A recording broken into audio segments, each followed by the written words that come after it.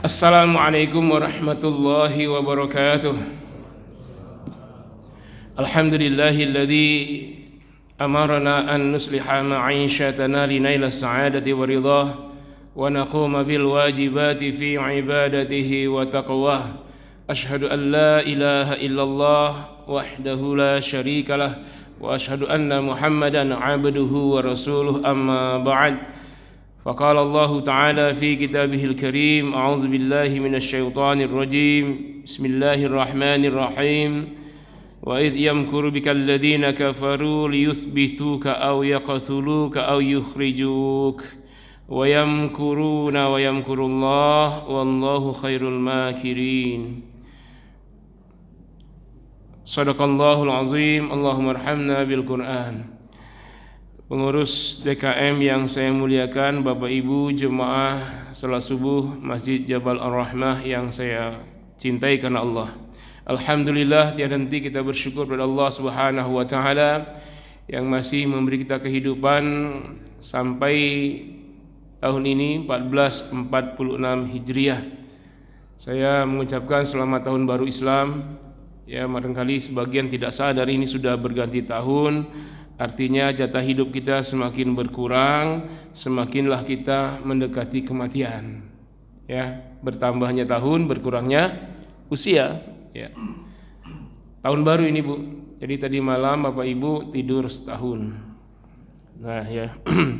Salawat dan salam semoga terlimpah dan tercurah buat junjungan tercinta Nabi Muhammad sallallahu alaihi wasallam, Rasulullah yang telah membawa kita hijrah minaz zulumatil jahiliyah ila nuril islamiyah, dari kegelapan jahiliyah kepada cahaya Islam, minasyirki ila tauhid, dari kesyirikan kepada tauhid, min nizamil kufri ila nizamil Islam, dari sistem kufur kepada sistem Islam. Tapi hari-hari ini kembali lagi ke sistem kufur. Jemaah rahimakumullah, pertama saya mengucapkan terima kasih banyak atas doa dan dukungannya. Alhamdulillah, saya sudah seminggu kembali dari tanah suci ke tanah air. Mudah-mudahan mabrur. Mohon maaf bulan lalu tidak sempat isi kajian karena kalau pakai Zoom agak beda ya. Kalau sekarang jam 5 itu jam 1 malam di sana. Nah, kalau kita Zoom jam 1 malam ya saya masih nyenyak barangkali di sana itu. Jadi minta izin libur sekali, dan saya doakan semoga Bapak Ibu diberi Allah untuk mendapat kesempatan ke tanah suci. Bagi yang sudah, semoga bisa kembali lagi dalam rangka haji atau umroh. Bagi yang belum, maka segeralah untuk berangkat haji. Insyaallah niatkan ya, walaupun mungkin logikanya kami sudah usia 50 ini gimana. Nah, yang penting daftar dulu ya, nanti insyaallah dimudahkan. Sekarang hitungannya 25-30 tahun, tapi sesuatu bisa terjadi karena kehendak Allah SWT. Yang penting telah ditandai dengan daftar ya. Allahumma yassir lahum, Allahumma yassir li jamaah Jabal Ar-Rahmah ziyaratul haramain Makkahal Mukarramah wa Madinatul Munawwarah. Allahumma yassir lahum manasikal haji wa manasikal umrah. Allahumma taqabbal minna tawafana wa wukufana wa sa'yana wa jami' amalina fil haji wal umrah. Allahumma ja'al hajjana hajjan mabrura wa sa'yana sa'yan mashkura wa zambana zamban maghfura wa tijaratan lan tabur. Allahumma ya fattahu ya kafir razzaku ya mughni ya hayyu ya qayyum ya qawi ya matin ya rahman ya rahim ya aziz ya hakim ya syafi ya mu'min ya dzal jalali wal ikram ya raddad ya raddad ya raddad urdudna ila baitikal muharram warzuqna al-auda wal auda fal auda thumma al auda karratin ba'da marrat ya rabbana ya arhamar rahimin. Rabbana atina fid dunya hasanah wa fil akhirati hasanah wa qina adzabannar walhamdulillahi rabbil alamin. Semoga kita bisa berulang kembali ke tanah haram. Bapak sekalian, jangan kejar umroh dulu, daftar dulu yang belum ya. Jangan sampai kita umroh berkali-kali tapi haji tidak didaftarkan. Terserahlah setelah menunggu kita nggak sempat karena meninggal dunia atau karena halangan yang lain, maka kita sudah dinilai sebagai pahala haji. Tapi kalau belum, maka bahaya, karena bagi yang mampu haji lalu tidak berhaji, kata Nabi, silakan pilih mati Majusi, mati Yahudi, mati Nasrani. Tidak ada pilihan mati Muslim kalau sudah mampu tidak berhaji. Nah, walaupun mungkin tidak sempat berhaji tapi ditandai dengan mendaftar, maka itu namanya azam atau harison. Dalam lintasan hati itu ada 4 tahap, Pak. Yang pertama khatar. Khatar itu terlintas, tes. Nah, itu tidak ada bobotnya, itu nggak ada dosa, kalau buruk nggak ada pahala. Terlintas, ingin nonton dangdut, tes, hilang, nah itu nggak ada dosa. Terlintas mau sedekah, tapi nggak ditetapkan di hati, nggak ada pahala. Itu namanya khatar. Yang kedua namanya waswas, al-waswasah. Al-waswas ini terlintas, diam sejenak di hati, langsung dibuang. Nah, ini juga nggak ada dosa, nggak ada pahala juga. Terlintas mau haji, enggak mau haji enggak itu juga nggak ada pahala. Mau lihat situs porno, diam di hati sebentar, enggak jadi itu nggak ada dosa.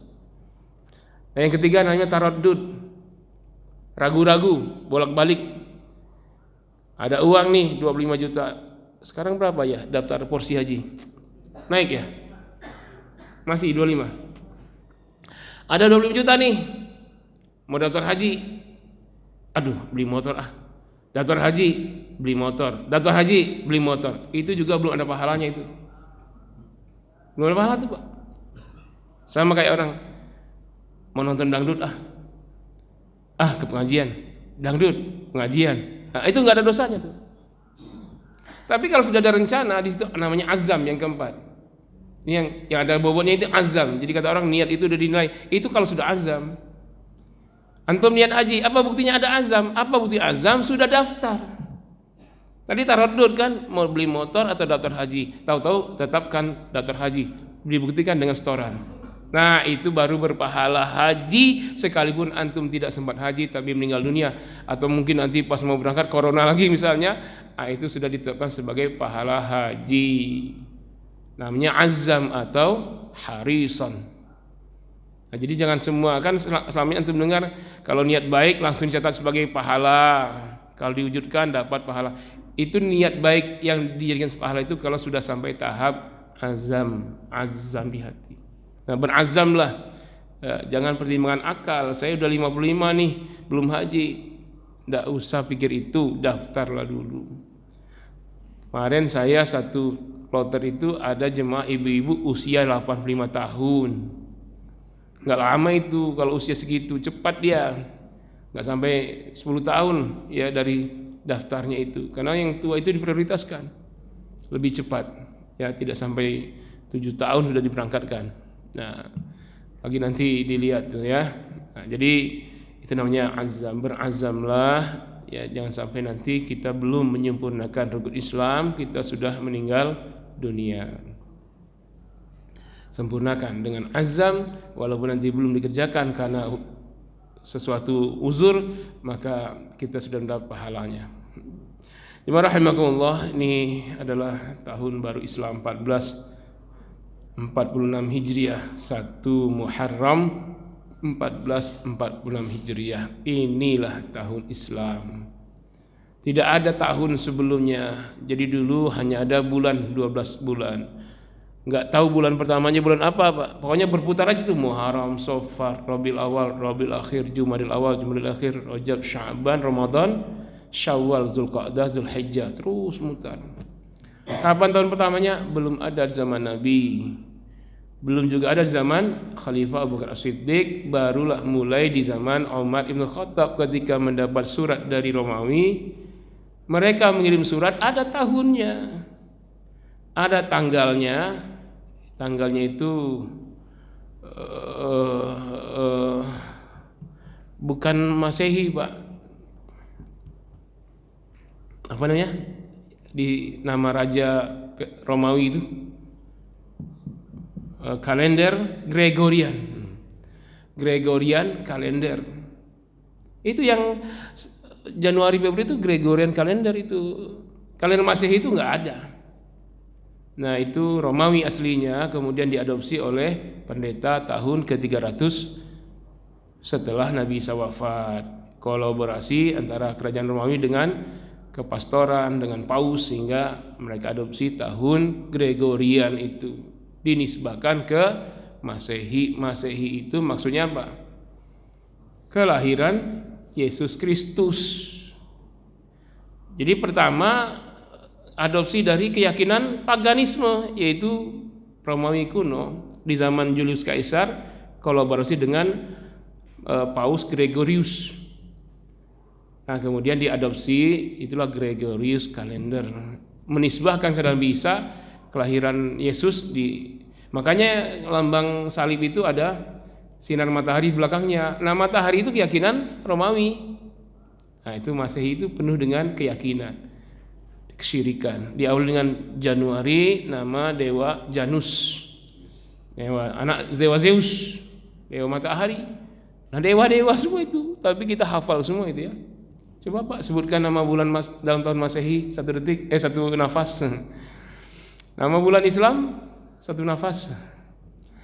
Ini problem kita hari ini. Nah keresahan muncul zaman Umar ibn Khattab ketika jadi khalifah. Kita ini berputar terus tahun, tapi kita tak punya angka tahun. Mulai tahun pertamanya kapan? Maka dikumpulkanlah sahabat yang masih hidup di zaman Umar. Ada yang punya usul, kita hitung tahun Islam sejak Nabi lahir. Kalau sejak Nabi lahir, aku tak setuju, kata Umar. Samalah dengan Masehi, menisbahkan kepada Nabi Isa Al-Masih lahir. Nanti terjadi pengkultusan, pengangkatan Isa sebagai anak Tuhan. Aku tak mau Rasul dikultuskan. Ada yang usulkan kita hitung sejak Nabi wafat. Tak mau juga aku, kata Umar. Kenapa? Nanti setiap tahun baru kita nangis terus mengenang Nabi wafat. Coba misalnya tahun 14 berapa? Kalau ini 1446 itu hijrah. Nabi hijrah itu 13 tahun. Berapa? 1446 tambah 13 1459 wafatiyah. Sedih terus ya. Nggak mau lah aku, kata Umar. Nah kalau gitu kita hitung sejak turunnya Al-Quran, yaitu ketika di Gua Hira. Itu sudah mulai disetujui. Tapi ternyata ada momen yang paling besar pengaruhnya, yaitu hijrah. Bukan ke Habsyi, bukan ke Taif, karena ke hijrah kedua tempat tersebut, walaupun ke Habsyi kayaknya mau berhasil, walaupun diterima oleh Raja Habsyi ketika itu, tapi kejauhan. Ke Taif nggak bisa. Nabi dilempari batu di sana, Pak. Ya. Kalau antum naik haji, batunya itu antum lihat ya. Batu gunung itu, Pak, lihat. Benar-benar batu, Pak. Keras itu. Coba aja kalau dihantam ke kepala antum, waduh pecah itu. Nah dengan batu itu Nabi dilempari, Pak. Kalau kita tahunya Nabi dilempari di Taif lalu berlari, bukan begitu. Nabi sampai di perbatasan Taif dengan sahabat itu dilempari batu tulang onta, kena pelipis Rasul berdarah. Sahabat lari ke arah Mekah kembali, Nabi lari ke arah berlawanan. Kenapa? Karena Nabi tahu yang menjadi sasaran empuk adalah beliau. Rasul tak mau mengorbankan sahabat. Ini seorang pemimpin, ketika membahayakan dia jaga rakyatnya jangan sampai ada yang terluka walaupun dirinya dikejar-kejar. Sahabat mengira Nabi pun lari ke Mekah. Sahabat sudah selamat semua dari lemparan batu. Nabi lari ke arah yang lain, Pak. Kaki berdarah, lutut berdarah, pelipis berdarah. Dikejar orang sekampung. Naik gunung, Nabi dikejar naik gunung sambil dilempari tulang onta sama batu. Turun ke lembah, dikejar turun ke lembah, sampai Nabi berhasil lolos di perkebunan Utsbah bin Rabi'ah. Orang-orang Taif sudah kehilangan jejak. Bayangkan, dikejar orang sekampung, pelipis berdarah, kaki berdarah, masih lolos. Kira-kira kalau antum dikejar orang sekampung bisa lolos nggak Pak? Mau coba? Boleh aja maling motor, nanti ketahuan, diteriakin maling, antum lari coba. Berhasil nggak kita lolos? Nggak naik gunung? Ya gunungnya di Mekah itu di Taif, bayangkan antum lihat gunungnya, nggak ada pohon-pohon, gunungnya batu semua. Kalau kena kerikilnya berdarah kaki kita. Nabi dalam keadaan luka dikejar orang sekampung masih lolos. Itu menunjukkan betapa hebatnya fisik Rasulullah itu. Nah, ketika lolos itu ditawari oleh malaikat, ya Muhammad, apakah gunung Abil Qubais gunung ini atau gunung itu saya lemparkan ke orang Taif. Kan main marah malaikat lihat Rasul.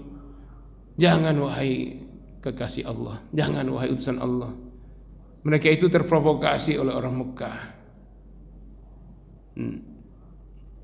Nabi pun mendoakan, ya Allah berikan hidayah orang-orang Taif. Kalau mereka tidak dapat hidayah hari ini, anak cucunya berilah hidayah. Nah, malaikat masih penasaran juga. Oke lah kalau engkau begitu, tapi jangan sampai darahmu jatuh ke tanah. Kalau sampai menetes ke tanah, ku hantam mereka dengan gunung-gunung yang ada di sini. Coba gunungnya itu Pak, waduh batu semua ya. Mau dilemparkan dengan gunung. Saya nginap di hotel itu, sebelakang hotel itu semua gunung-gunung Pak. Tinggilah gunung daripada hotel itu.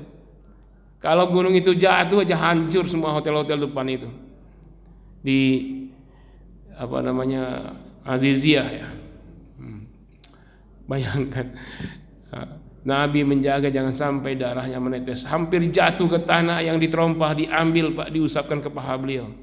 Jangan sampai jatuh ke tanah. Kalau jatuh ke tanah malaikat murka. Begitu Rasul. Nah, itu hijrah ke Taif. Tapi nggak dihitung dari situ, tapi dihitung dari hijrah dari Makkah ke Madinah. Proses panjang. Jadi diawali dengan pertemuan di Darun Nadwa. Darun Nadwa itu semacam gedung parlemen ya. Jadi ada berapa suku di Mekah itu sekitar 14 lebih. Ya, mereka berkumpul kepala sukunya, mereka sidang wakil rakyat waktu itu ya. Karena rakyatnya raja jahiliyah waktu itu. Pimpinan sidangnya namanya Umar bin Hisham. Tahu Pak? Umar bin Hisham.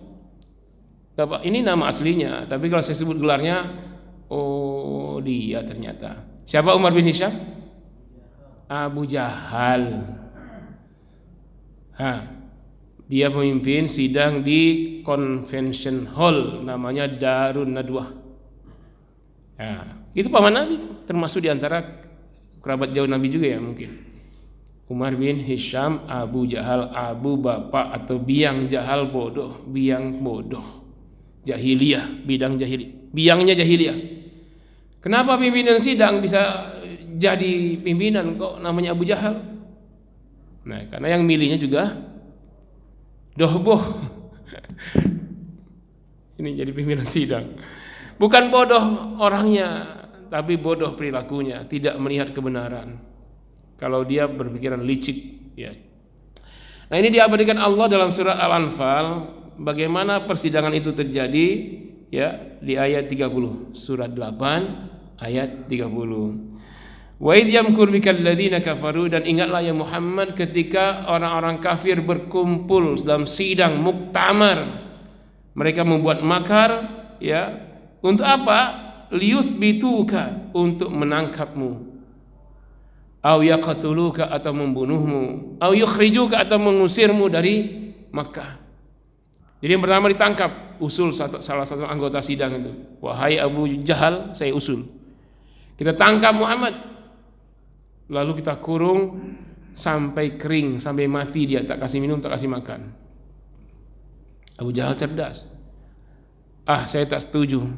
Orang akan tahu kalau Muhammad ya kita penjara, pastilah ketahuan. Nanti keluarganya dari Bani Hashim akan menuntut bela. Habis kita nanti, keluarganya ini terpandang. Ya. Usul ditolak. Usul kedua, bagaimana kalau kita usir dia dari Mekah ini? Tangkap, bawa sejauh-jauhnya, lepaskan. Ya kalau diusir sebentar saja. Muhammad seorang yang karismatik, dimanapun dia berada pasti diterima orang, pasti banyak pengikutnya nanti. Kalau di luar sana pengikutnya banyak dan sudah besar, dia akan kembali ke sini akan membantai kalian, balas dendam. Saya tak setuju. Lalu bagaimana? Ini orang-orang yang main set ini ya, main pikiran setan. Pikiran setan ini ada saja bisikannya. Ya kita bunuh saja. Mikir itu Abu Jahal, kita bunuh. Iya, selesai urusan. Tapi enggak selesailah. Pastilah keluarganya menuntut bela. Nah, sekarang begini saja kata Abu Jahal. Iya, kita bunuh, tapi jangan satu orang. Setiap suku mengutus satu pembunuh bayaran. Kita bayar tuh. Anak muda yang gagah, yang jago kungfu, pandai main pedang, ya, pandai silat. Setiap suku utus satu orang. Nanti mereka lah yang akan mencincang-cincang tubuh Muhammad. Kalau keluarganya mau menuntut bela, dia akan berhadapan kepada seluruh suku di sini. Gimana? Setuju? Setuju semuanya, Pak. Sidang pagi-pagi hari Kamis. Kapan pelaksanaannya? Enggak usah lama-lama, nanti malam. Langsung eksekusi nanti malam. Kepung rumah Muhammad. Mulai siang ini seluruh suku mengutus jagoannya, jawaranya, ahli pedang, didaftarkan namanya, bayar DP dulu. Nanti kalau Muhammad sudah kebunuh baru dilunasi. Kamu ahli apa? Taekwondo. Mana pedangnya? Mana senjatanya? Semua suku mengutus pembunuh bayaran. Akhirnya sidang ditutup. Anggota dewan tanda tangan, ambil honor, pulang ke rumah masing-masing. Ini rahasia negara, jangan dibongkar. Nggak ada rahasia ya. Pulang ngomong sama istrinya, istrinya ngomong dengan tetangganya. Siang itu sudah tersebar semua. Rasul langsung diberitahu oleh malaikat Jibril, ya Muhammad, malam ini berangkat hijrah, karena mereka telah merencanakan tengah malam akan membunuhmu.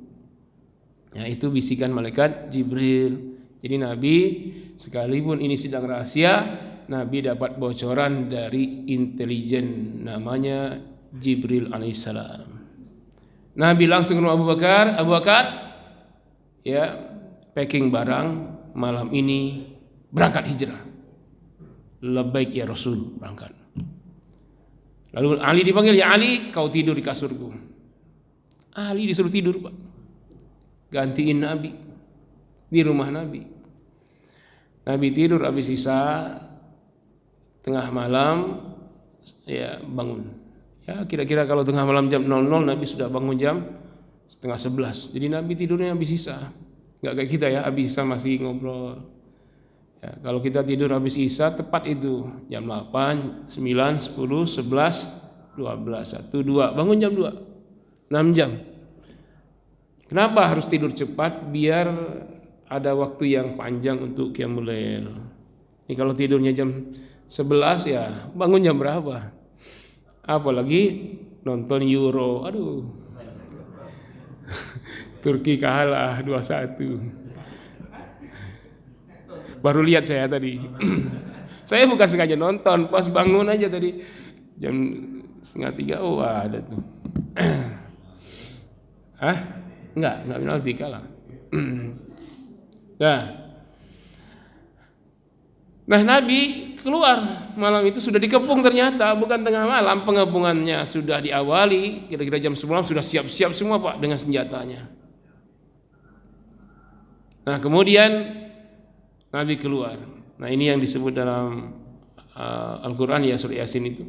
Jadi Nabi keluar, lihat di celah pintu sudah banyak tuh pembunuh bayaran, ada yang bawa tombak, yang bawa pedang panjang, ada yang bawa senjata yang lain.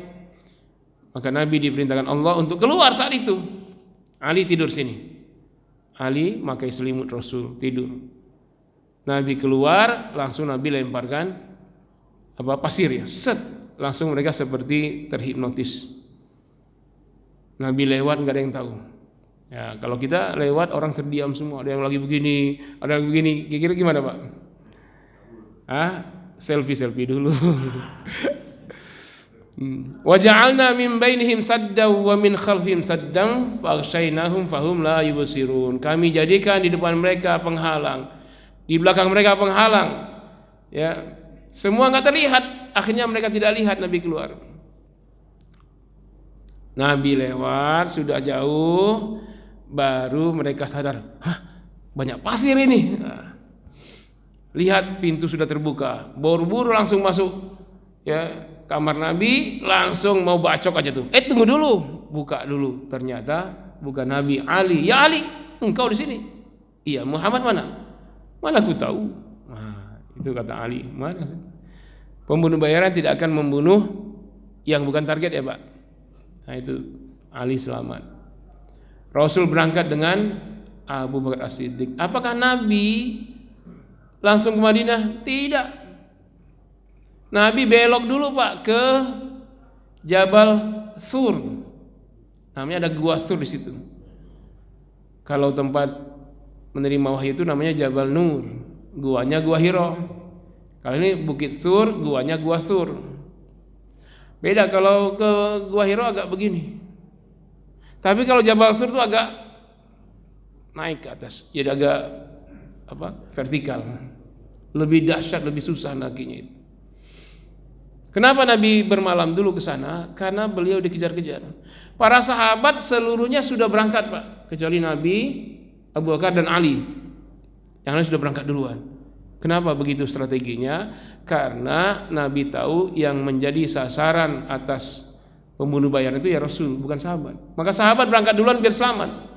Nabi tidak menyuruh sahabat membawa barang-barang berharga, ditinggalkan semua, emas batangan, semua ditinggalkan di rumah mereka. Mereka hanya bawa bekal seadanya untuk sampai ke Madinah.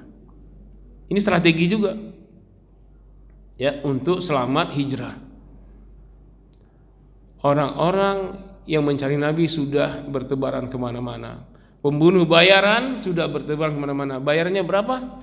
100 ekor onta untuk kepala Rasul. Kepala Abu Bakar separuhnya. Mulai pembunuh bayaran dari mana-mana Pak, muncul semuanya. 100 ekor onta. Harga onta paling murah 40 juta. Itu yang sudah kurus kering lah ya. Kalau yang bagus onta itu, apalagi yang onta betina yang bunting 10 bulan itu bisa 75 juta seekor ya. Kalau onta bagus bayarannya tentu 75 kali 100 berapa? 7,5 miliar. Apa tidak tergiur tuh pembunuh bayaran? Dapat 2 kepala Rasul, kepala Abu Bakar, berapa itu? 10 miliar lebih. Maka bertebaranlah banyak pembunuh bayaran mencari Rasulullah di sayembara itu. Nabi ahli strategi. Beliau tidak langsung ke Madinah, beliau bermalam 3 malam di Gua Sur. Gak ada yang menduga itu. Semua pembunuh bayaran seluruhnya menuju ke Madinah mencari Rasulullah. Betul saja di tengah jalan ketemu sahabat yang sedang perjalanan hijrah. Di setengah perjalanan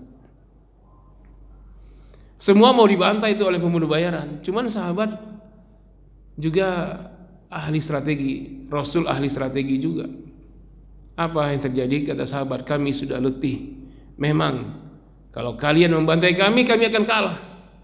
Tapi kami akan melawan. Siapa tahu di antara kalian juga ada yang terbunuh. Cuman kalian tidak dapat apa-apa karena semua harta kami, perhiasan, emas, intan, semua kami tinggalkan di rumah-rumah kami. Jangan-jangan kalian yang sekarang akan membunuh kami terlambat karena emas-emas yang ada di rumah kami sudah diambil oleh orang yang tidak mengejar kami.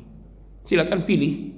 Kita berperang sekarang, kalian tidak dapat emas, atau kalian pulang mengambil emas yang kami simpan di bawah lantai, di balik tembok ya. Akhirnya pembunuh bayar itu balik lagi itu Pak, mengejar emas di rumah-rumah sahabat. Jadi tidak terlalu cinta harta ya. Kalau coba bayangkan yang berpikiran cinta harta, bawa emas sudahlah berat. Perjalanan coba dari Mekah ke Madinah 450 kilo sampai 500 kilo Pak. Perjalanannya bukan kayak sekarang yang aspal begitu lurus saja. Naik turun gunung. Antum tahu sendiri bagaimana gunungnya, kering, panas, terik ya. Nah, dengan sedikit bekal, maka perjalanan para sahabat berhasil sampai ke Madinah. Bagaimana Nabi? Nabi tiga malam di Gua Sur. Jadi para pembunuh bayaran sudah bolak-balik itu ke Madinah, ke arah Madinah, tidak ketemu. Nah, barulah setelah 3 malam berangkat ke Madinah. Di sini juga kita lihat bagaimana strategi Rasulullah. Beliau ahli dalam hal strategi, Pak, intelijensia beliau. Yang pertama, gagal para pembunuh bayaran mencari Rasulullah. 3 malam di sana, Rasul mengatur banyak tugas. Ya, siapa yang menemani Rasul di Gua Sur? Abu Bakar Siddiq. Ya, sahabat yang luar biasa ketika mencapai puncak malam-malam mendaki Gua Sur dan berhasil. Coba kalau antum siang, saya mungkin nggak kuat ya. Gunung Sur itu agak terjal. Guanya tidaklah dalam, hanya beberapa. Itu kalau orang sampai ke atas itu kelihatan kakinya sampai lutut itu kelihatan dari dalam itu. Nah, Nabi masuk ke sana. Sebelum Nabi masuk, kata Abu Bakar, ya Rasul, biar saya dulu masuk. Siapa tahu ada sarang ular, kalajengking dan lain-lain.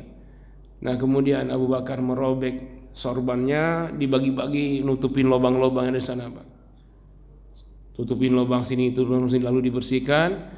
Ya Rasulullah, sudah bersih, silakan masuk. Karena perjalanan meletihkan mendaki gunung, Abu Bakar menjelujurkan kakinya, ya. Nah, Rasulullah masuk dan tidur di paha Abu Bakar As-Siddiq. Inilah hubungan sahabat yang luar biasa. Sekaligus mertua dan menantu, ya. Abu Bakar mengorbankan nyawanya untuk Rasulullah. Kejadian ternyata ada satu lubang yang belum tertutup. Malam itu keluarlah ya semacam lipan atau kalajengking.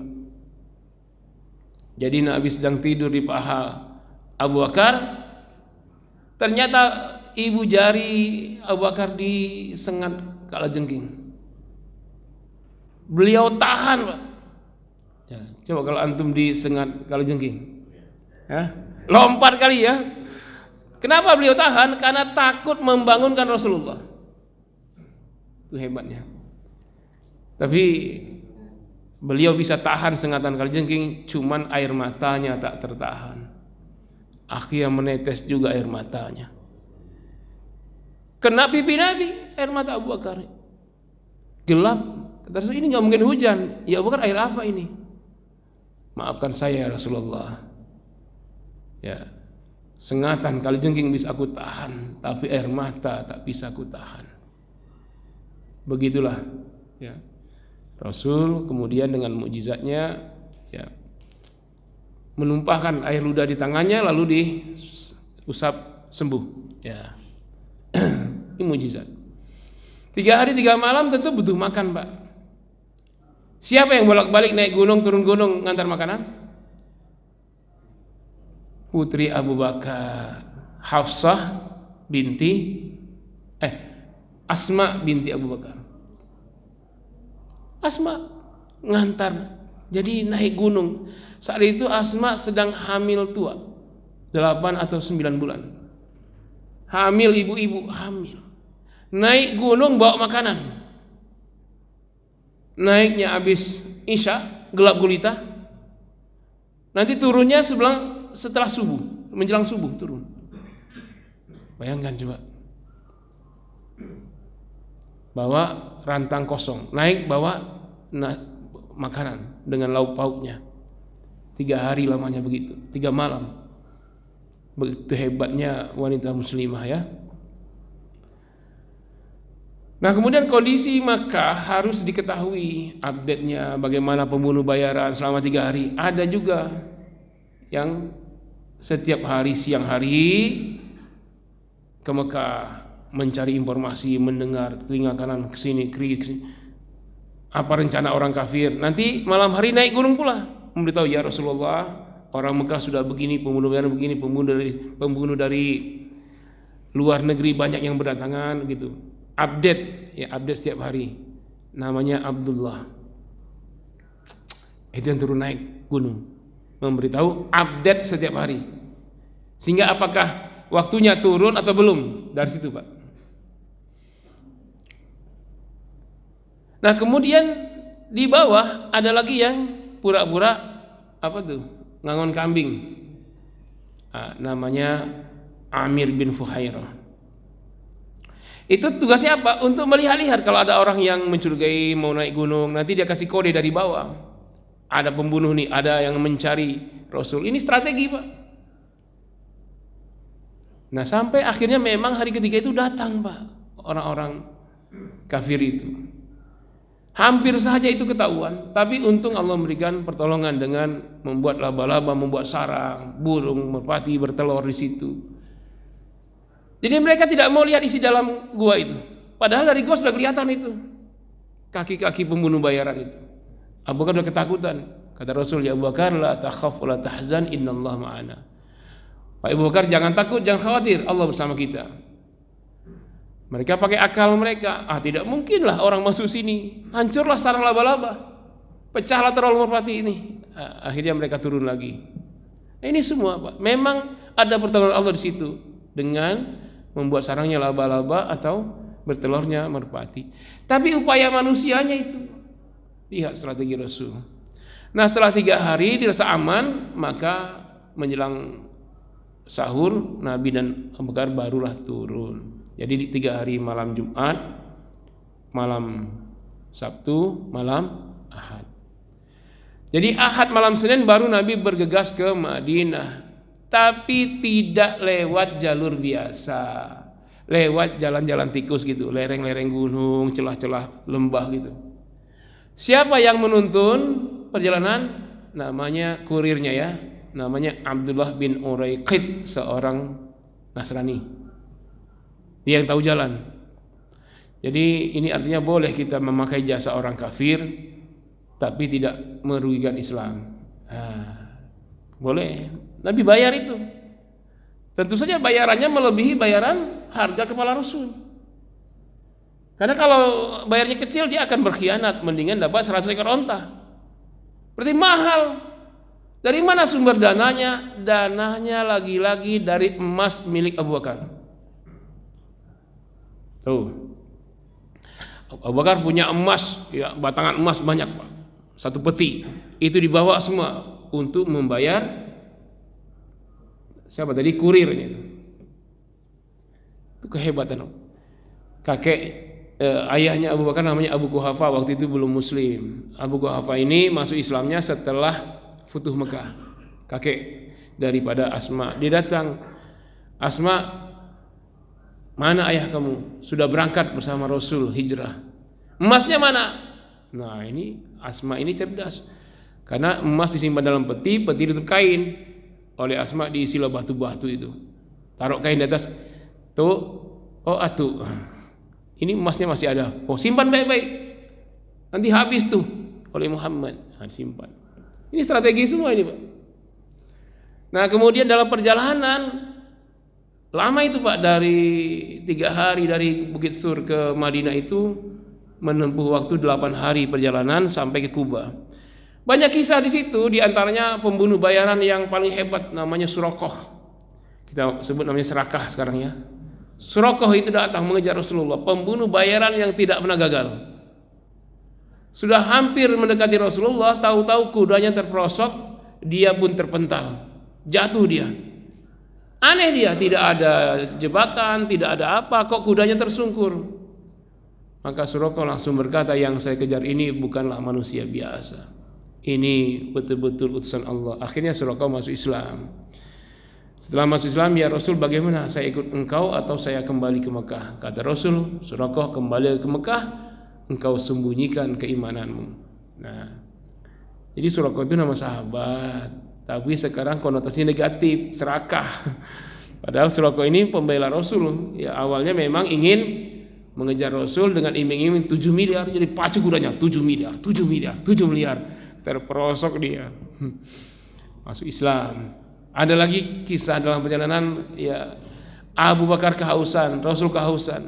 Tahu-tahu ada peternakan domba milik salah seorang penduduk mendekat ke arah Kuba, minta izin untuk memerah susu kambingnya. Kata pemiliknya, ya silakan diperah, tetapi kambing saya kurus-kurus, nggak ada makanan, nggak minum berhari-hari. Ya, nah ini mukjizat terjadi.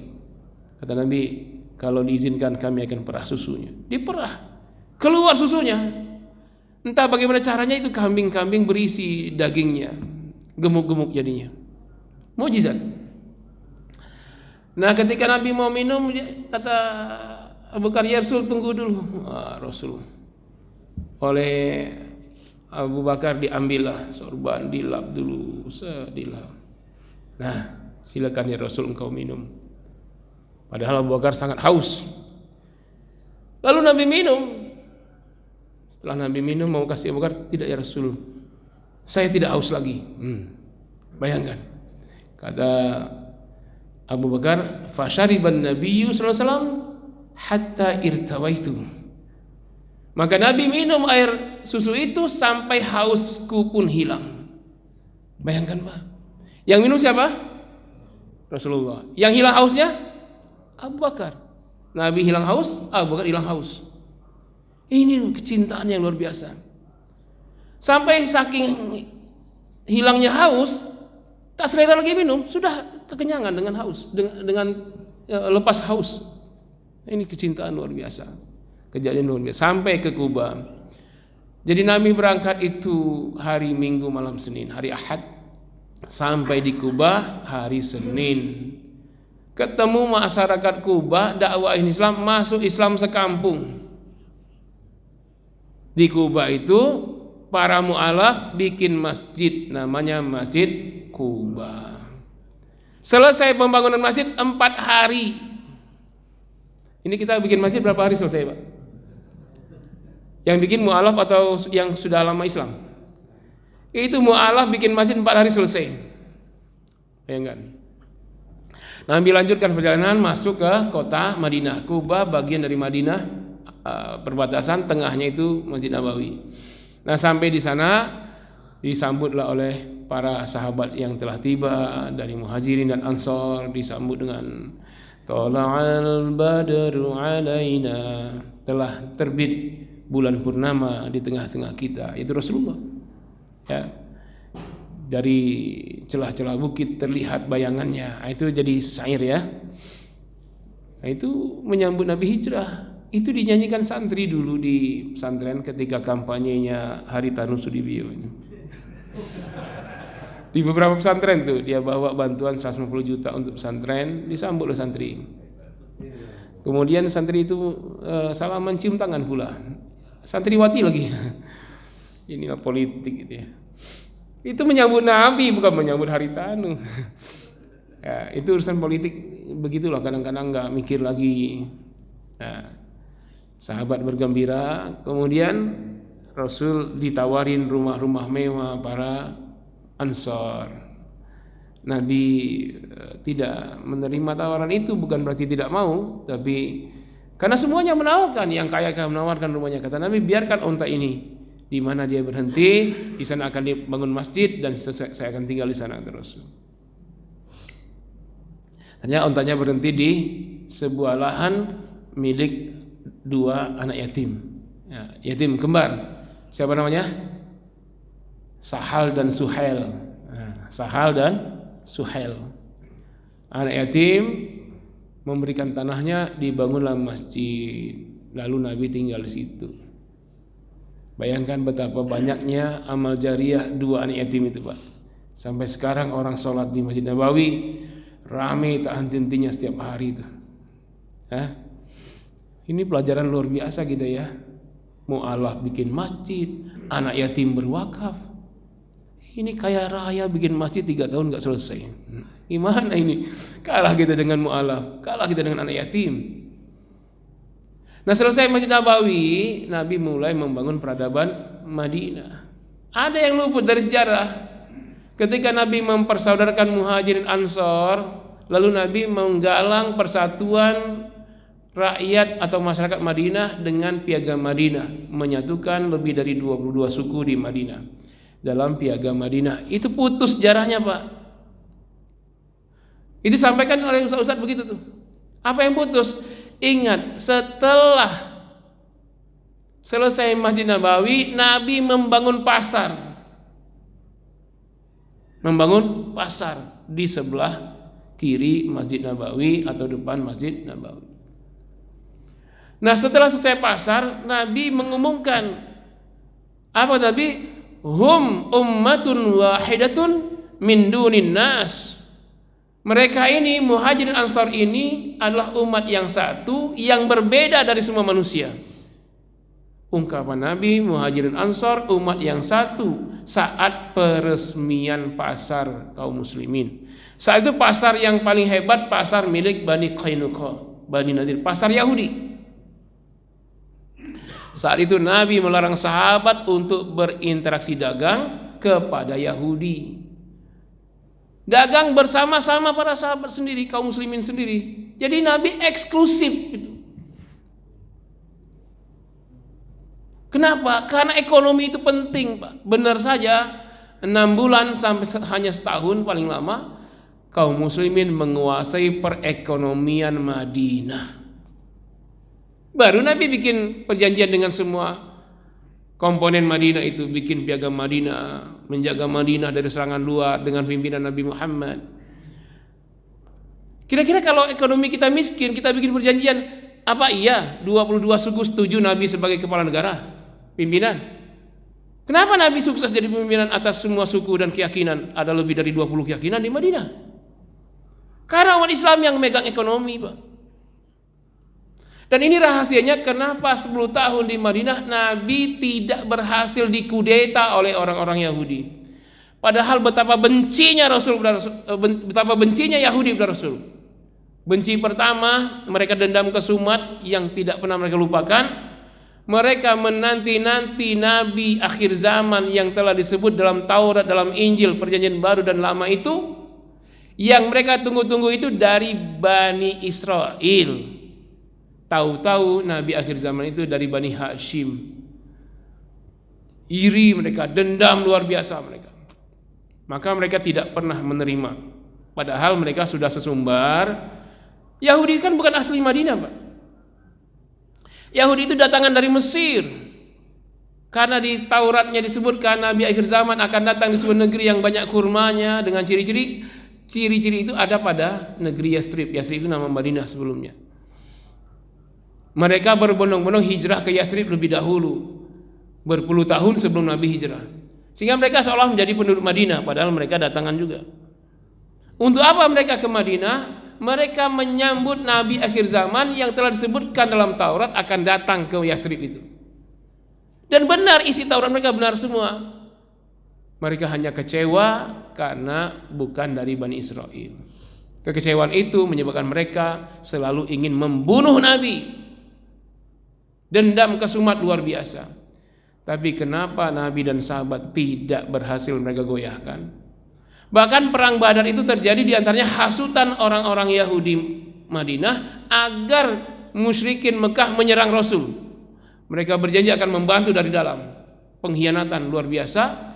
Dan itu gagal di perang Badar, tapi mereka berhasil di perang Uhud. Sampai Nabi dan sahabat ya kalah di perang Uhud, banyak yang syahid saat itu. Tapi perang berpuluh kali selama di Madinah 5 tahun tidak pernah kalah Rasul dan sahabat. Sekali doang kalahnya, perang Uhud. Terakhir tahun ke-5 Hijrah terjadi perang Ahzab. Koalisi kafir dengan segala macam termasuk Yahudi berkhianat. Tapi Nabi dengan strategi salah seorang sahabat namanya Salman Al-Farisi punya ide, kita bikin parit di antara 2 gunung yang besar itu. Bikin parit, itu disebutnya perang Khandaq ya. Perang Ahzab disebut juga perang Khandaq. Ribuan pasukan kafir menyerang Madinah tidak berhasil tembus karena mereka akan harus melewati parit itu yang dalam. Jadi ketika mereka ke parit dipanah dari atas, semua tewas orang kafir. Mereka akhirnya lama menunggu ya, berhari-hari, pasokan makanan sudah mulai habis, kuda-kuda mereka sudah tidak dapat pakan lagi. Akhirnya mereka pun menyerah, lalu tenda-tenda mereka pun berterbangan dihembus oleh angin, kuda-kuda mereka kelaparan, sehingga ada 2 pilihan. Mereka pulang dengan kudanya tapi meninggalkan harta perang. Jadi kalau dulu orang harta perang itu banyak. Di antara harta perang itu emas-emas batangan. Untuk apa itu? Tebusan tawanan perang. Mereka tinggal memilih apakah mereka pulang dengan mengendarai kuda lalu meninggalkan emas, atau mereka bawa emasnya di kuda, mereka jalan kaki. Tidak mungkin jalan kaki, mereka sudah kelaparan berhari-hari tidak makan. Akhirnya mereka pilih untuk meninggalkan emas-emas mereka itu. Mereka pun pulang kalah tanpa perang. Kelaparan, kudanya kelaparan, mereka pun kelaparan. Tahun kelima, awal tahun ke-6 Hijriah, jadi di perang Ahzab itu Nabi meraih banyak rampasan perang yang luar biasa, gratis, ghanimah gratis. Setelah itu Nabi pidato kepada para sahabat, ya, kata Nabi apa? Ghazawna, dari dulu mereka menggempur kita. Al-an, mulai sekarang kata Nabi, nakhruju naghzuhum, kita yang keluar, kita yang menggempur mereka. Bayangkan, digempur berpuluh-puluh kali dalam perang dari tahun kedua Hijriah sampai tahun kelima Hijriah, 3 tahun lamanya. Ya, berpuluh kali digempur nggak pernah berhasil. Ya, orang menggempur Rasul dan pertahanan yang kokoh. Nah, tahun ke-6 ini negara baru, Pak. Negara masih bayi ini, masih 5 tahun umurnya. Nabi langsung umumkan mulai awal tahun ke-6 Hijriah ini, waktu itu tahun Hijriah belum ada. Mulai hari ini kata Rasul, kita yang keluar, kita yang menggempur mereka. Sampai terjadi perang besar, perang Hunain, perang Tabuk, bayangkan. Dan tidak pernah kalah sekalipun. Berapa lamanya 10 tahun Nabi hijrah itu, perangnya berapa kali, Pak? Lebih 80 kali. Tahun kedua mulainya sampai tahun ke-10 berapa? 8 tahun ya? Kalau 8 tahun perangnya 81 kali, coba berarti setahun berapa kali, Pak? 10 kali. Tidak pernah kalah. Apa rahasianya? Nabi dan sahabat menguasai ekonomi. Di situ yang putus sejarahnya. Gak pernah disampaikan itu, Pak. Memang mereka yang menguasai sejarah ini orang-orang kafir, takut Islam maju. Sampai bikin aturan, jangan bicara bisnis dalam masjid, jangan bicara politik dalam masjid, ibadah aja. Katanya mereka ibadah apa? Sholat aja. Emang ekonomi bukan ibadah? Memang politik bukan ibadah? Kalau kita pisahkan ini ibadah, ini bukan ibadah, itulah yang disebut sekuler. Memisahkan antara urusan agama dengan urusan dunia. Padahal urusan dunia itu semua urusan agama, Pak. Antum nyuapin istri.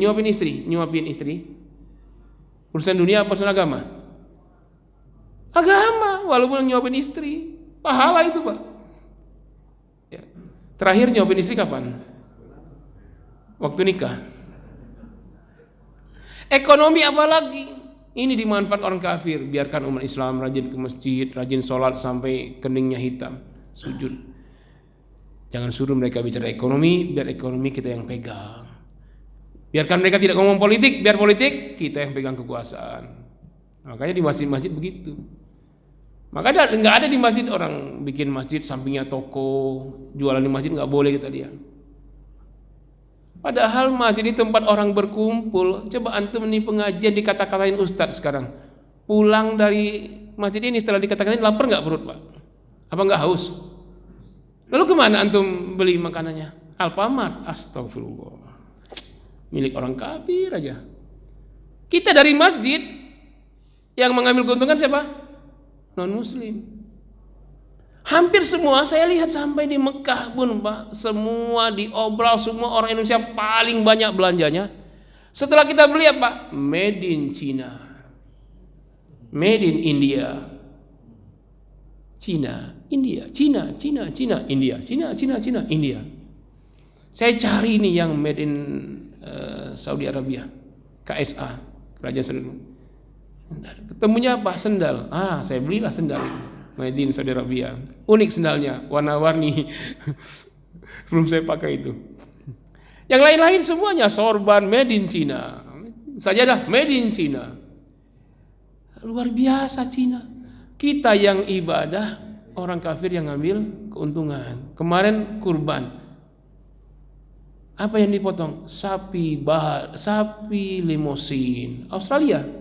sapi Australia, sapi impor. Waduh, bagaimana perputaran ekonomi itu bukan kita yang pegang. Ini rahasia hijrah. Ya. Kenapa Nabi bertahan digempur berpuluh kali, bahkan berhasil menang lawan Romawi, Pak. Ketika perang Tabuk memang dipimpin oleh Khalid bin Walid, ya. Tapi Rasul mendoakan dari Madinah. Dikira 20.000 pasukan itu udah banyak. Tahu-tahu Romawi itu 200.000, Pak, di perang Hunain itu. 200.000 lawan 20.000. Dikirain 20.000 udah banyak, kan jauh tuh perbatasan Syam dari Makkah, dari Madinah ke Syam berapa lama? Apa kalah? Hari pertama perang 50-50. Tapi 50-50-nya orang muslim 10.000. 50-50-nya orang kafir 100.000. Tinggal hari pertama, ya, saling menunggu bantuan. Orang Romawi menunggu bantuan, pasukan kaum muslimin menunggu bantuan. Jarak terdekat Romawi ke situ, ke Tabuk itu. Kalau muslim di Madinah jauh. Tapi strategi, Khalid bin strategi. Jadi waktu subuh, menjelang subuh, orang-orang kafir masih tidur itu. Nah, itu Khalid bin Walid bikin strategi formasi pasukan berkuda. Jadi di tempat pasukan kaum muslimin itu dibikin formasi kuda yang mutar-mutar, kuda yang bolak-balik itu, Pak. Sehingga subuh-subuh itu, ini padang pasir, itu pasir menggepul-gepul ke langit. Terus itu dari kira-kira jam 1 malam itu muter-muter aja kuda itu. Nah, menjelang subuh matahari terbit, orang kafir lagi tidur terbangun karena bersin banyak debu. Orang bangun tidur, Pak. Kaget, panik lihat banyak debu-debu berterbangan ke langit. Apa kata mereka? Bala bantuan orang Islam sudah datang duluan. Kalah cepat kita, habis kita, lari semua 100.000 orang. Pasukan lari, meninggalkan harta perang. Itu strategi. Jadi hari kedua itu menang tanpa perang, lalu pulang dengan membawa ghanimah yang sangat banyak. Strategi, ya, luar biasa itu. Kalau perang Tabuk Nabi yang memimpin, ya. Kalau Hunain Khalid. Ini strategi. Kenapa bisa sekuat itu kaum muslimin? 10.000 ngalahin 100.000, 20.000 ngalahin 200.000. Memang kalau kita bilang pertolongan Allah, itu kata kita. Tapi Nabi penuh dengan strategi.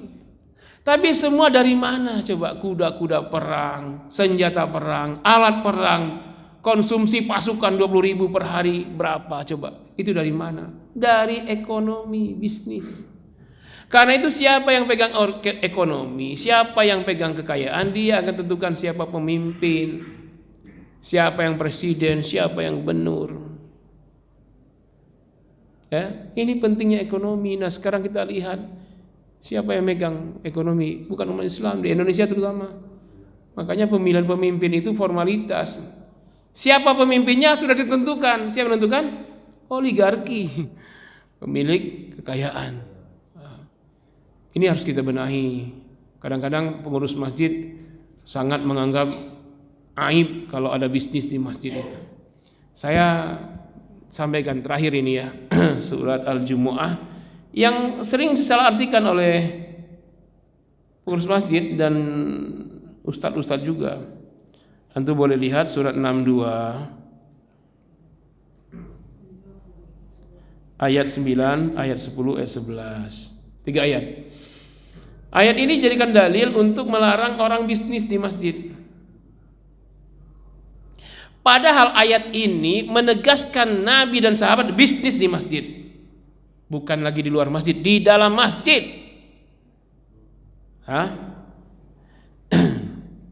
Ayat 9. A'udzubillahi minasyaitonirrajim. Ya ayyuhalladzina amanu idza nudiya lis-salati min yaumil jumu'ah fas'au ila dzikrillah wa dzarul bai'. Hai orang beriman, apabila telah masuk waktu salat Jumat, segeralah kalian zikrillah, ingat Allah, maksudnya segeralah salat Jumat. Nah, fas'au ila dzikrillah wa dzarul bai', tinggalkan jual beli. Jadi ketika disuruh sholat Jumat, sahabat sedang ngapain?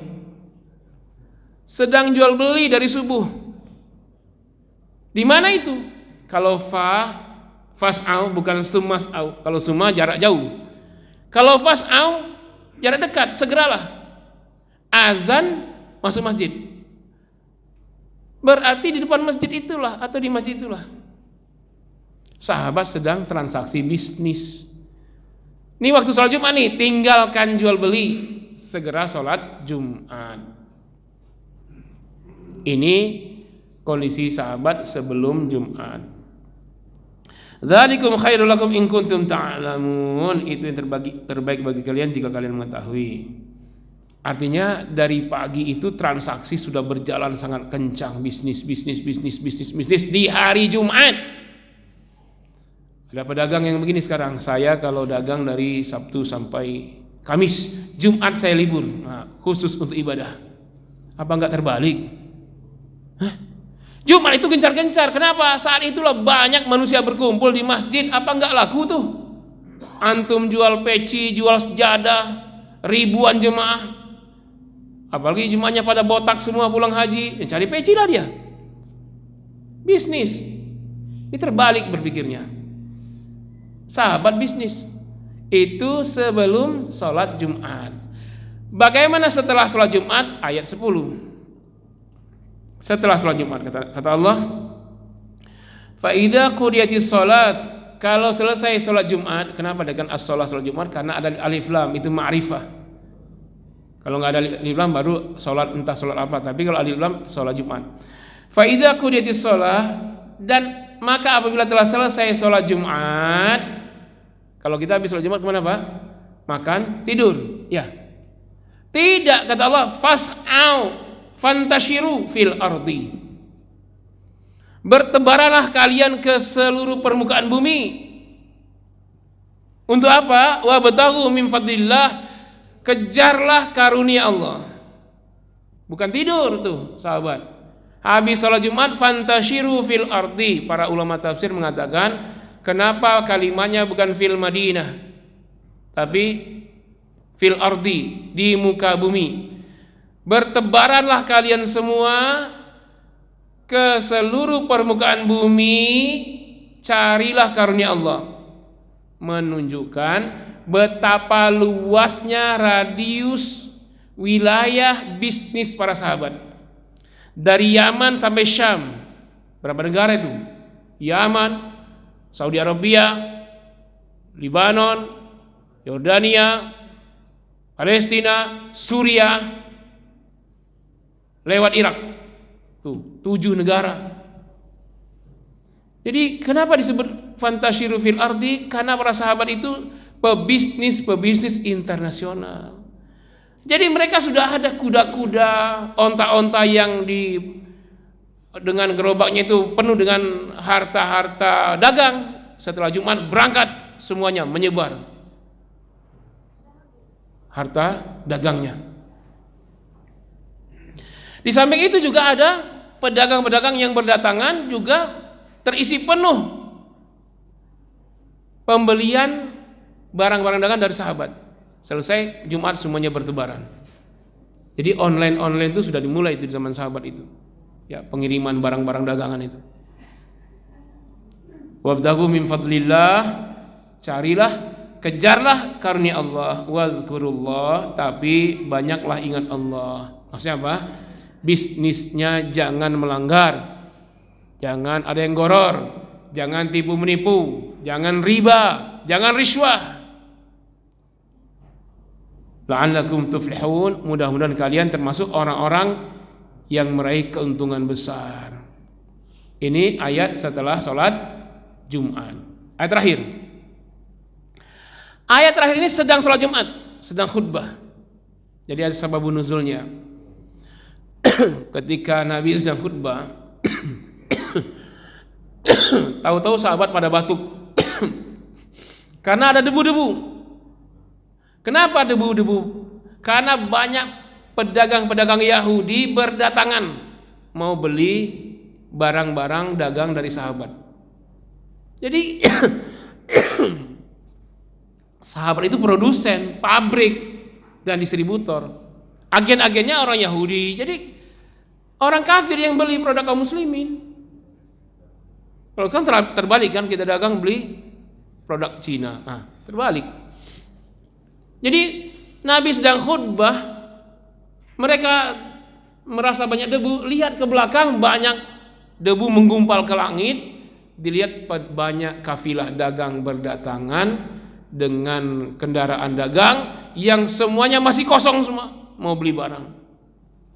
Semua sahabat keluar dari masjid melayani para agen-agen Yahudi ini, pedagang maksudnya, pedagang untuk bisnis. Nabi ditinggalkan sendirian, lagi khutbah. Tinggal Nabi ceramah dengan tiang-tiang masjid yang pohon kurma itu, wahai tiang-tiang masjid jemaah Jumat. Ditinggalkan Nabi, Pak. Transaksi sahabat. Sampai semua selesai dagang, transaksi tawar-menawar. Lalu sahabat dengan penuh dinar dirham tas-tasnya itu masuk lagi ke masjid, baru Nabi lanjutkan khutbah. Kira-kira transaksi para pedagang besar tawar-menawar habis gak sejam waktunya itu dengan muat barang? Lebih dari sejam ya. Nabi nungguin di mimbar 1 jam lebih. Nabi gak keluar. Sahabat keluar semuanya, tinggal Nabi sendirian. Apakah batal sholat para sahabat? Tidak ada yang batal. Mereka lanjutkan sholat Jumat, dengarkan Nabi khutbah dengan tas penuh dinar. Itu artinya kalau udah bisnis itu masuk masjid, Pak, hasilnya jangan keluar. Ini jadi villa, jadi mobil mewah. Hasil bisnis itu masuk masjid. Ini ketika sedang berlangsung sholat Jumat. Wa idza ra'au tijaratan aw lahwan. Dan apabila mereka lihat tijarah, bisnis yang menguntungkan dan permainan bisnis, infaddu ilaiha, mereka semua segera melayani bisnis tersebut. Wa tarakuka qaima, mereka tinggalkan engkau sendirian berdiri di mimbar ya Muhammad. Ditinggalkan sahabat, Nabi sendirian lagi khutbah. Kalau kata kita apa tuh? Kurang ajar tidak? Tidak mungkin kurang ajar. Kenapa Nabi tidak mencegahnya? Karena ini bisnis yang menguntungkan umat Islam. Nabi tidak mencegah sahabat. Nabi sendirian. Nabi membiarkan sampai Nabi sabar menunggu berjam-jam untuk sahabat selesaikan bisnis, masuk lagi ke masjid dengan tas-tas penuh dinar dirham. Qul, katakan ya Muhammad, ma indallahi khairu minal lahwi wa tijarah. Nah, ini diartikan oleh pengurus masjid apa? Katakan ya Muhammad, apa yang ada di sisi Allah lebih baik daripada permainan dan bisnis. Oh, berarti ayat ini melarang bisnis? Bukan, terbalik pahamnya. Setelah bisnis banyak untungnya, katakan kepada mereka ya Muhammad, di sisi Allah masih banyak lagi rezeki. Itu maksudnya. Ya. Wallahu khairur raziqin, dan Allah sebaik-baik memberi rezeki. Lalu dari mana Bapak kita dapat info? Dagang di masjid haram. Jangan di masjid, di teras aja diusir-usir. Makanya di zaman yang mengusir, bukan mengusir, yang mengeluarkan pedagang dari dalam masjid itu Umar bin Khattab. Waktu itu terjadi transaksi. Lagi azan masih transaksi rialain, khamstas, kalau sekarang ya teriak-teriak di Mekah itu. Rial, khamstas. Khamsa rial. Jokowi 100.000. Itu sekarang. Marahlah Umar. Bagaimana ini azan masih transaksi begini? Belum diusir oleh Umar. Dibikinkan dulu kios-kios di samping Masjid Nabawi. Di samping kiri bikin kios-kios, di samping kanan dibangun kantor. Dibangun kantor, urusan kesehatan, urusan sosial di sebelah kanan, sebelah kiri dibikin tenan-tenan untuk pedagang. Nah, selesai baru kata Umar, sekarang tuh tempat kamu dagang, keluar. Baru diusir dari masjid untuk menempati kios-kios di samping masjid. Pedagang berbisnis di samping masjid. Yang sekolah di samping kanan masjid, urusan kantor samping kanan, rumah sakit, pendidikan, lembaga sosial di samping kanan masjid. Tuh, ide cemerlang Umar bin Khattab. Makanya sekarang UIM itu, Universitas Islam Madinah itu, di samping Masjid Nabawi, disitulah para mahasiswa, dekat situlah, nggak jauh-jauh. Mal-mal di mana Pak? Dekat Masjid Nabawi itulah. Dan sekarang ini contoh itu sejak kapan? Sejak zaman Umar itu. Nah kalau kita bikin masjid sekarang, masjidnya di sini, kantornya di mana? Subroto. Hah? Iya kan? Kantor di Subroto, Sudirman. Nah, masjid kita kapan ramenya? Kalau pulang kantor, itu pun kalau sempat masjid, kalau capek tidur di rumah. Ramenya subuh. Tapi kalau coba yang kalau kantor antum sebelah kanan masjid, rumah sakit, sekolah, sebelah kirinya pasar-pasar tradisional, pasar modern, sebelah kiri. Kira-kira masjid penuh nggak tiap waktu sholat? Penuh. Nah kita kalau lagi hari aktif, kosong masjidnya. Adalah beberapa orang marbot sama ya beberapa yang sudah pensiun. Nah ini kondisi masjid nggak rame. Jadi kondisi Masjid Nabawi, Masjidil Haram dengan mal-mal dekatnya itu sudah berlangsung sejak zaman Nabi, bukan sekarang aja. Lalu kita bikin masjid ngapa-ngapain, pedagang nggak boleh, ini nggak boleh. Coba Pak, kita ini punya potensi besar, tiap Jumat orang berkumpul, ratusan orang. Habis Jumat mereka mau makan siang. Coba kalau di kantor masjid itu ada bisnis yang mungkin dikoordinir oleh masjid. Nanti keuntungannya bisa untuk takmir masjid. Jadi kalau mau beli karpet baru, AC, nggak perlu lagi nyari sedekah, nyari infak, sudah ada keuntungan yang dikoordinir oleh masjid. Apalagi masjid punya lahan luas, bikinlah beberapa pintu kios kan. Nah itu kita punya momen tiap sekali setahun Ramadan. Bayangkan betapa banyak tuh kurma, air minum, sorban, baju koko, semua itu bisnis luar biasa. Tapi diambil alih orang kafir. Akhir bulan Ramadan nanti beras zakat fitrah. Kalau Idul Adha sapi, kambing, berapa ekor coba seluruh masjid se-Indonesia ini? Masjid musola itu jumlahnya 1,5 juta di Indonesia ini. Katakan satu masjid musola 5 ekor sapi aja, berapa itu Pak? 1,5 kali 5, 7.500 ekor sapi. Kalikan satu ekornya sapi berapa? 20 juta. 20 juta kali 7.500 berapa? 300 miliar. 300 miliar apa triliun? Bayangkan tuh bisnis besar, tapi diambil alih orang kafir semua. Ini contoh kita hijrah tuh di situ sekarang. Jadi masjid itu fungsinya tidak hanya tempat sholat.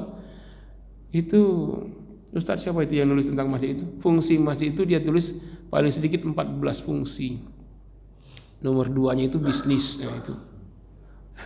Jadi sholat dan zikir semua itu fungsi nomor 1. Setelah itu bisnis di masjid.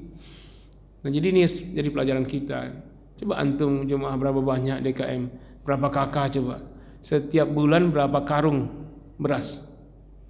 Coba kalau di masjid menyediakan itu, keuntungannya untuk takmir. Berapa galon, berapa melon, gas melon berapa setiap bulan. Berapa air minum galon. Di mana antum bayar itu? Transaksi di mana? Di Alfamart. Indomaret, Alfamart, non muslim. Mereka yang ambil keuntungan. Bahkan kita jumpai masih banyak produk Yahudi di masjid.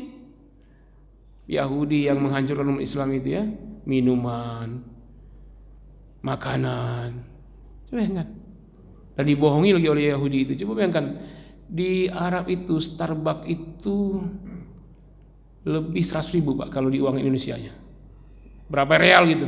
Kalau di Indonesia kan itu 120.000. Coba segelas kecil itu. Coba 1 sendok kopi dan gula tambah air panas diaduk. Berapa modalnya itu? Enggak sampai 1.000. Kalau dengan gelasnya mungkin ya, gelasnya itu 1.000 lah. Gula sesendok, kopi sesendok, sama gelasnya air panas 1.000. Diaduk kan? Dibayar 120.000. Apa enggak kena sihir kita itu? Dan orang bangga itu masuk Starbucks itu. Kalau antum mau keuntungan kepada rakyat pribumi, Starbucks. Nah, itu. Ini Starbucks itu. Sama kopi juga. Starbucks. Nah, pinggir jalan. 3.000. Nah, iya 4.000 sekarang ya. 4.000. Start baik itu. Nah, jadi ini pelajaran hijrah ya. Kuasai ekonomi. Dan memang 10 jalur pintu rezeki kata Nabi, 9-nya itu di bisnis. Jadi yang lain-lain itu segala macam cari nafkah yang lain itu cuma satu pintu. Berbagilah itu PNS apa segala macam itu satu pintu.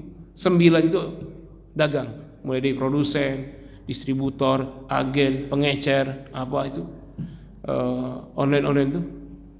Itu 9 dari bisnis. Dan memang disebut Al-Quran cara mencari rezeki itu lagi-lagi bisnis dengan ungkapan apa? Tijarah. Ungkapan apa? Al-bai'u wa halallahu al-bai'a wa harrama riba. Ishtara, jual, beli, perniagaan, perbisnisan. Enggak ada disebut PNS di situ. Nah, kadang-kadang aneh, dia sudah punya toko, disitulah penghasilannya.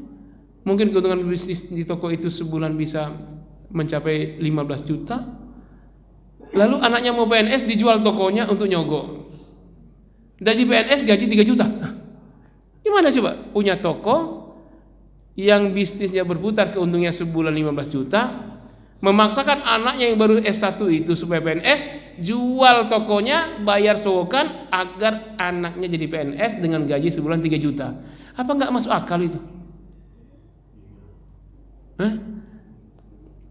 Nah, ini perkara kita hari ini. Jadi hijrah itu harus kita manage sampai ke situ dengan memegang ekonomi, dengan memegang oligarki. Kita tentukan siapa pemimpin. Nanti pemimpin inilah yang akan memperjuangkan penerapan syariat Islam.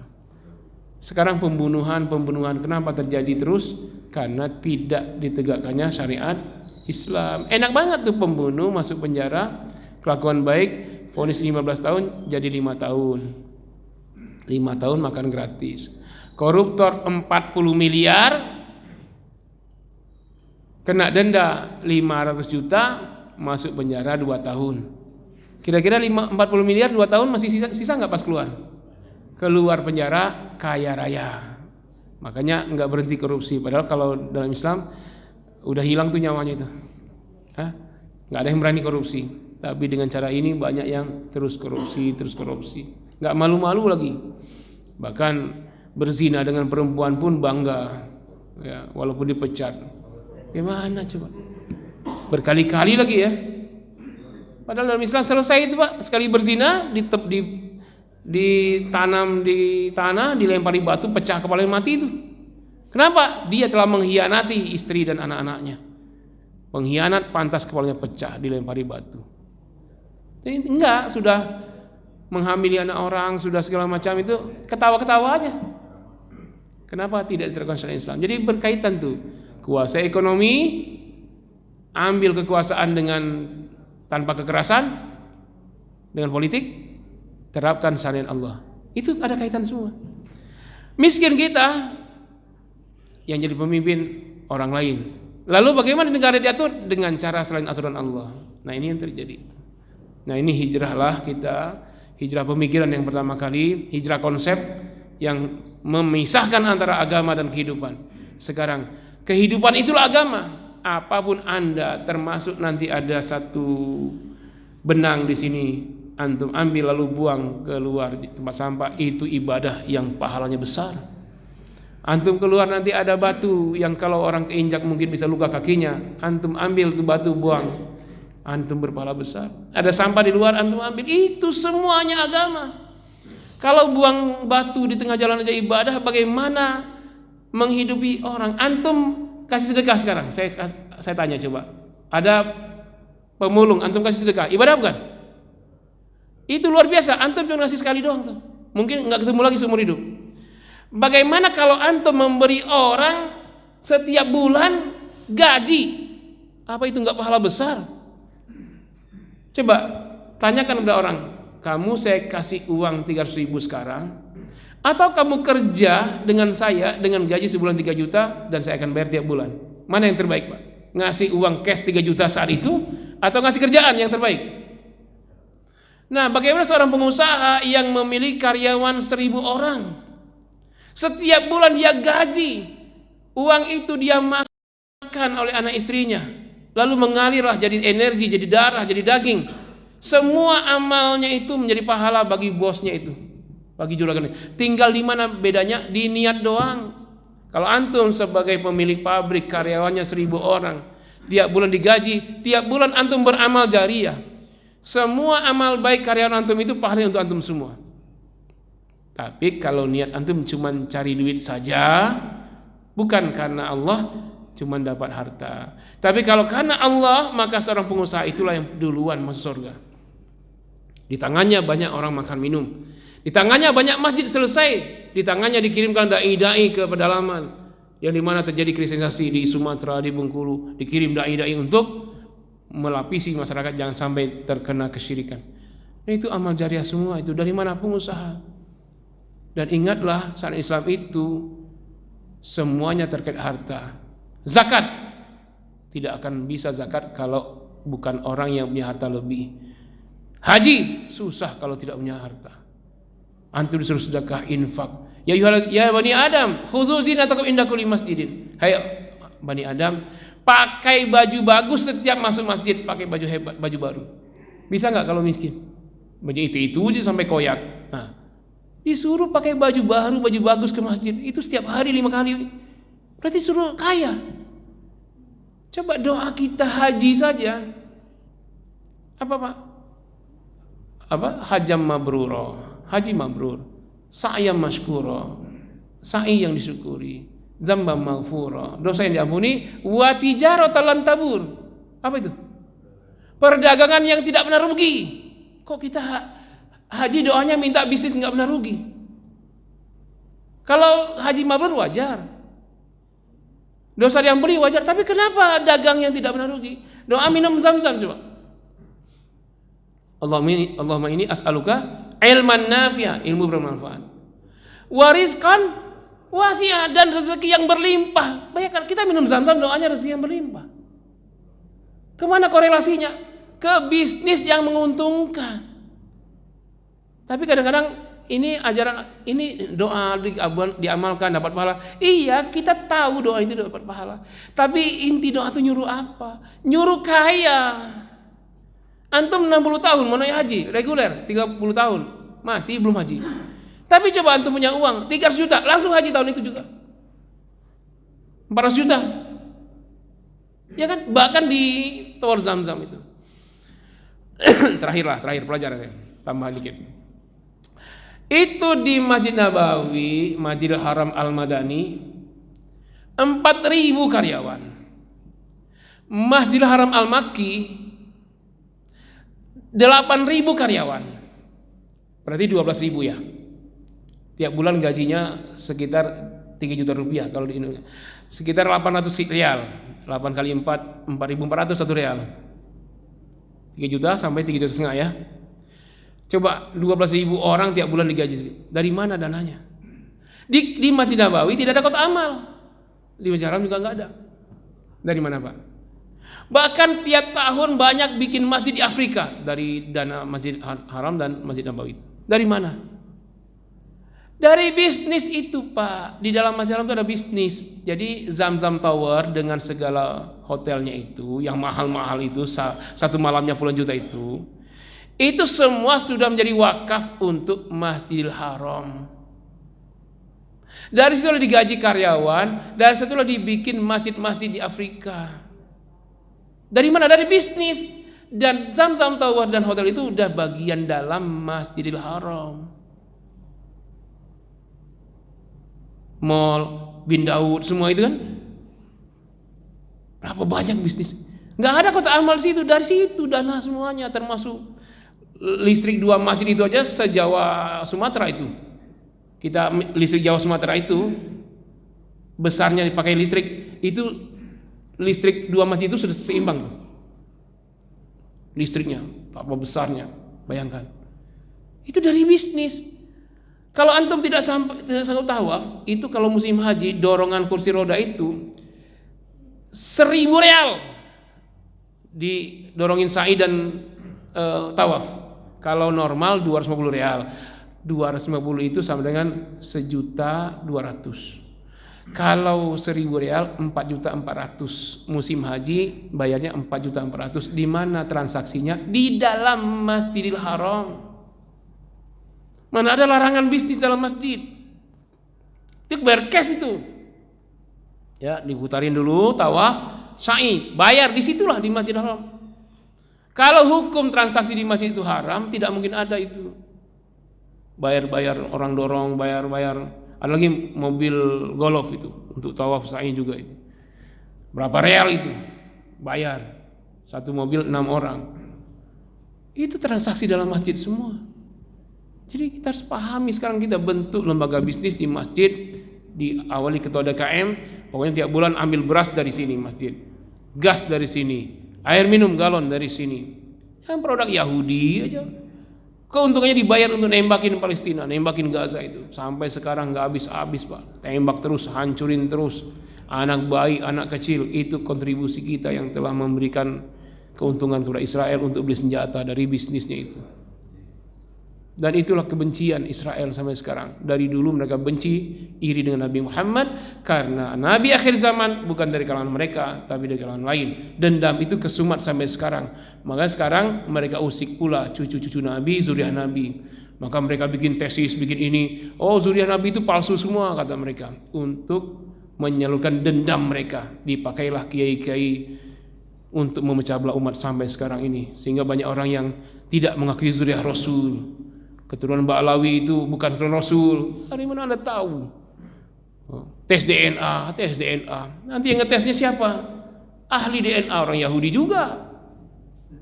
Makanya kalau Habib Hanif bilang tes DNA haram, bukan tes DNA-nya itu, siapa yang ngetesnya?